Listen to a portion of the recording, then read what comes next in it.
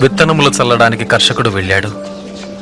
అతడు చల్లుతున్న సమయంలో కొన్ని విత్తనాలు దారి పక్కన పడి తొక్కబడ్డాయి. ఆకాశ పక్షులు వాటిని తినివేశాయి. మరికొన్ని విత్తనములు రాతి నేలను పడ్డాయి. మొక్కలు మొలిచినను చెమ్మలేనందున ఆ విత్తనములు ఎండిపోయాయి. మరికొన్ని విత్తనములు ముళ్ల పొదలలో పడెను. ముళ్ల పొదలు వాటితో మొలిచినందున వాటిని అణచివేసెను.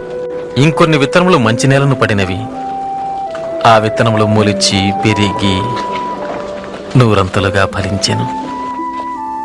ఈ ఉపమాన భావం ఏమంటే, విత్తనము దేవుని వాక్యం. త్రోవ ప్రక్కన పడిన విత్తనములు ఎవరనగా వారు వాక్యం వింటారు. కానీ అపవాది వచ్చి వారి హృదయంలో నుంచి సందేశాన్ని దొంగిలించుకుపోతాడు. వారు నమ్మి రక్షణ పొందకుండానట్లు చేస్తాడు. రాతి నేలను పడిన విత్తనములు ఎవరంటే, వారు వింటారు, సందేశాన్ని అంగీకరిస్తారు కూడా. కానీ వేరు లేనందున కొంతకాలం మాత్రమే నమ్ముతారు. శోధన కాలము వచ్చినప్పుడు పడిపోతారు. ముళ్ల పొదలలో పడిన విత్తనాలు ఎవరనగా, వారు వింటారు.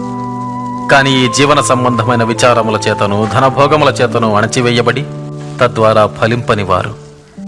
మంచి నేలను పడిన విత్తనాలు ఎవరనగా, యోగ్యమైన మంచి మనసుతో వాక్యము విని హృదయములో భద్రపరచి దానిని అవలంబించి ఓపికతో ఫలించువారు.